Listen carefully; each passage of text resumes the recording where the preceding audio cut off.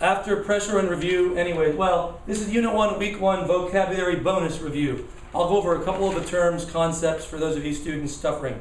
Adaptation. I care especially concept of cultural borrowing.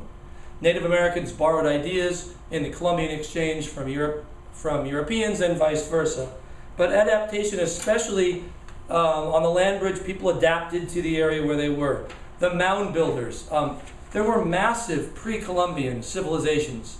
That term in history means, before Columbus arrived. The mound builders are just one of many. What are they famous for? Well, they're called mound builders. And culture group.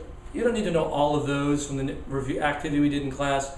Just that there are different, because of regional geographic differences, there are cultural adaptations, and different people living in similar areas have some similar cultures. So multiple tribes in one area will share common cultural elements.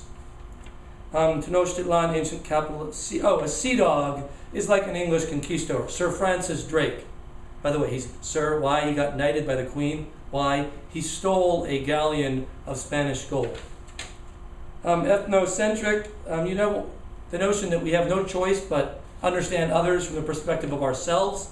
We don't want to use that to bias us, but be aware of that. There's no way to not judge others without comparing it to yourself. But be careful that that doesn't become prejudice.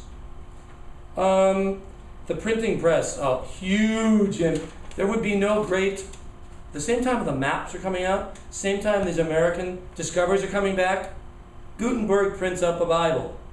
With these characters, they can print information so much faster. Information is spreading around Europe, which is giving even more impetus and desire to go to the Americas. And they're aware of it more because there's new technologies to spread information quicker. You don't have to have some monk hand copying in an illuminated manuscript each copy one by one. Other things you need to know. Reformation, Protestant reforms in Europe, in England, and Protestant versus Catholic tensions in Europe are going to explain why a bunch of those people end up moving to the Americas. Revisionism. History is constantly being revised.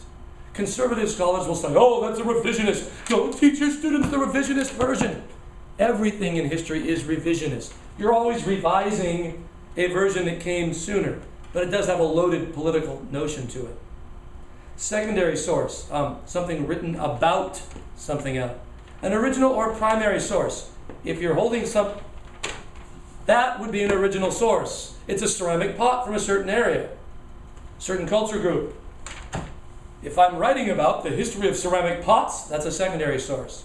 It can get tricky though, because a newspaper article from 500 years ago about that time period, we would consider from today a primary source. Although at the time, it's not necessarily from the location. And other things, a flotilla is not a floating tortilla, a bunch of boats. There's a bunch of countries on here. Portugal, Spain, France, all of them had a presence in the New World, certainly. England rises to power as Spain begins to decline. Swedes, there were even Swedes in the Americas. Tremendous numbers of folks.